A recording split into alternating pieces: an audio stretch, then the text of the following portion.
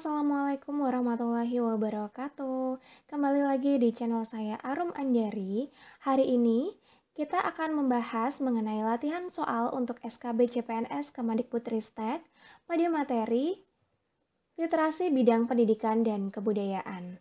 Tapi sebelum itu, jangan lupa untuk klik subscribe, like, dan komen supaya teman-teman nggak ketinggalan untuk berlatih soal-soal SKB CPNS selanjutnya.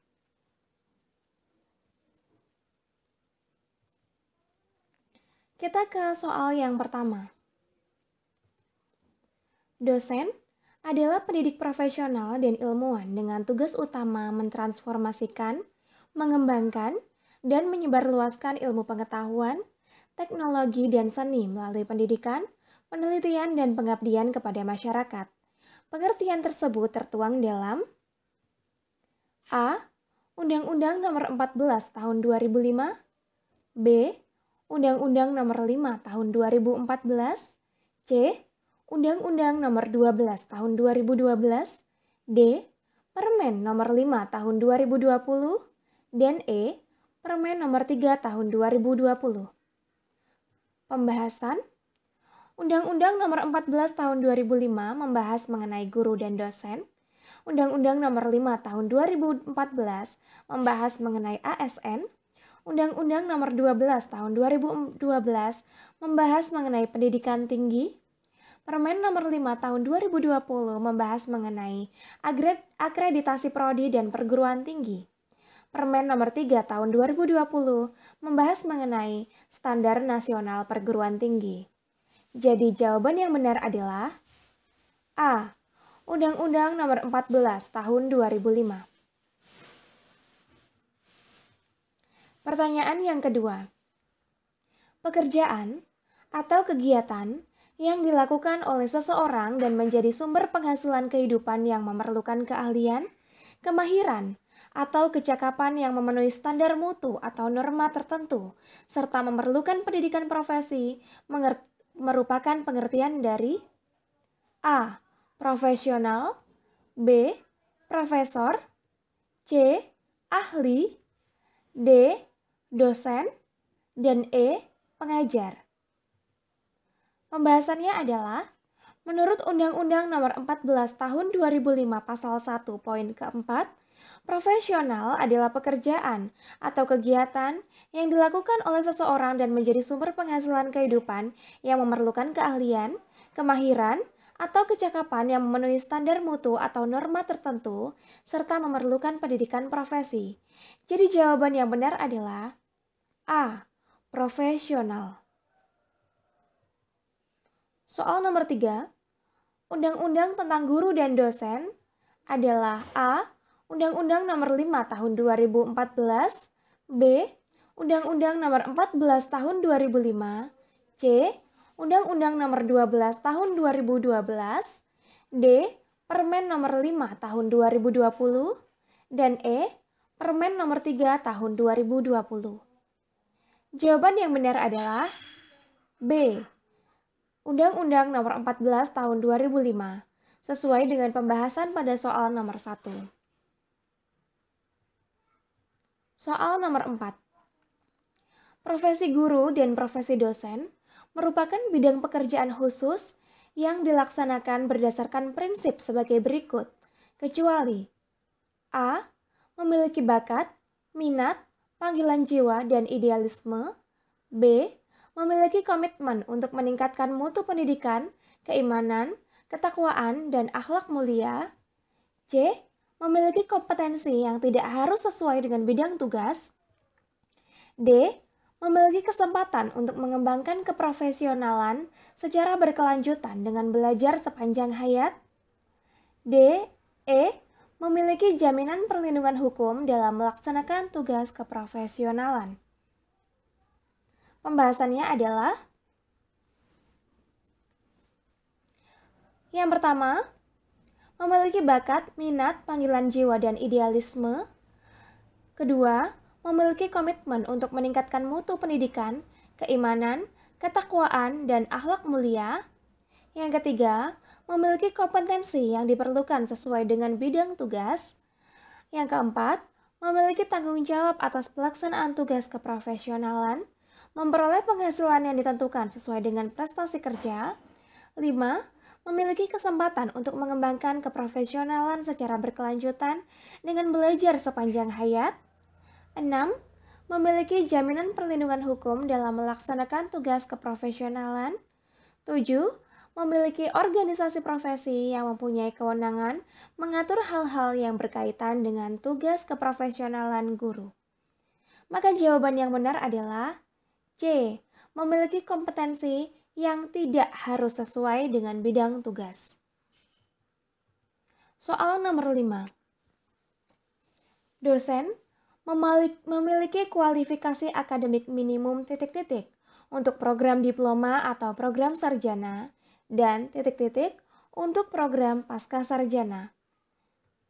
A. Sarjana dan magister. B.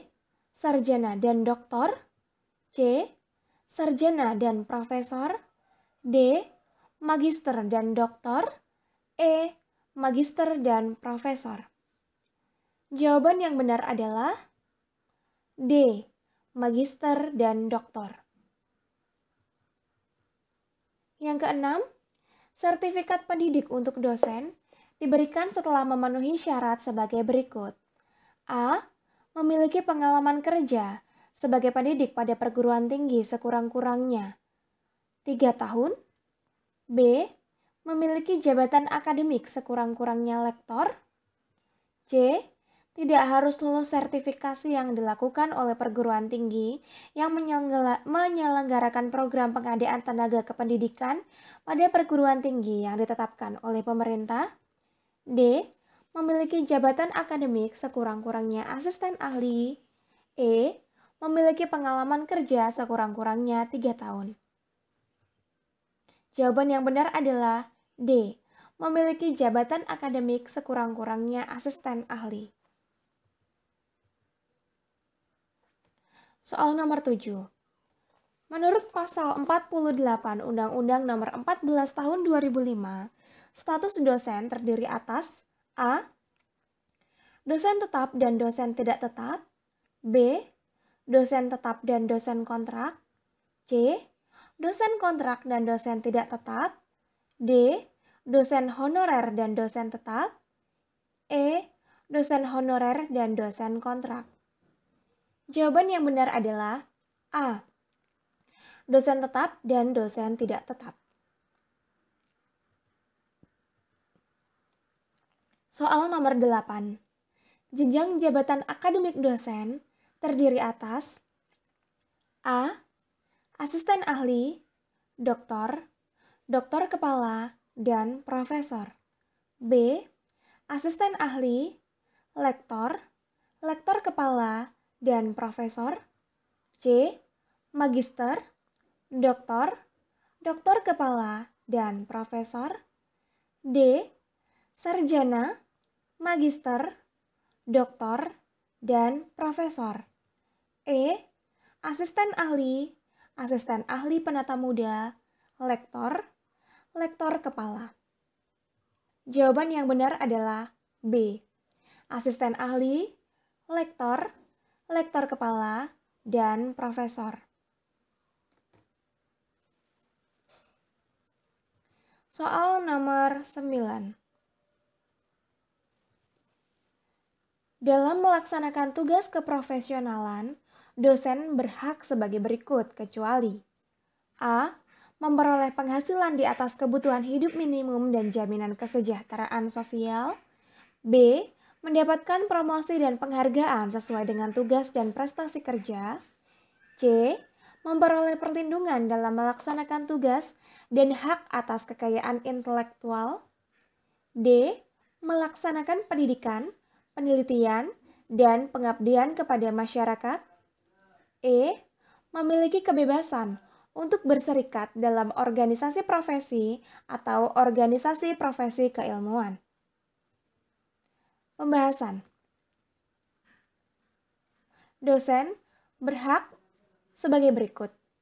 Memperoleh penghasilan di atas kebutuhan hidup minimum dan jaminan kesejahteraan sosial. 2. Mendapatkan promosi dan penghargaan sesuai dengan tugas dan prestasi kerja. 3. Memperoleh perlindungan dalam melaksanakan tugas dan hak atas kekayaan intelektual. 4. Memperoleh kesempatan untuk meningkatkan kompetensi akses sumber belajar, informasi, sarana dan prasarana pembelajaran, serta penelitian dan pengabdian kepada masyarakat. 5. Memiliki kebebasan akademik, member akademik dan otonomi keilmuan. 6. Memiliki kebebasan dalam memberikan penilaian dan menentukan kelulusan peserta didik. 7.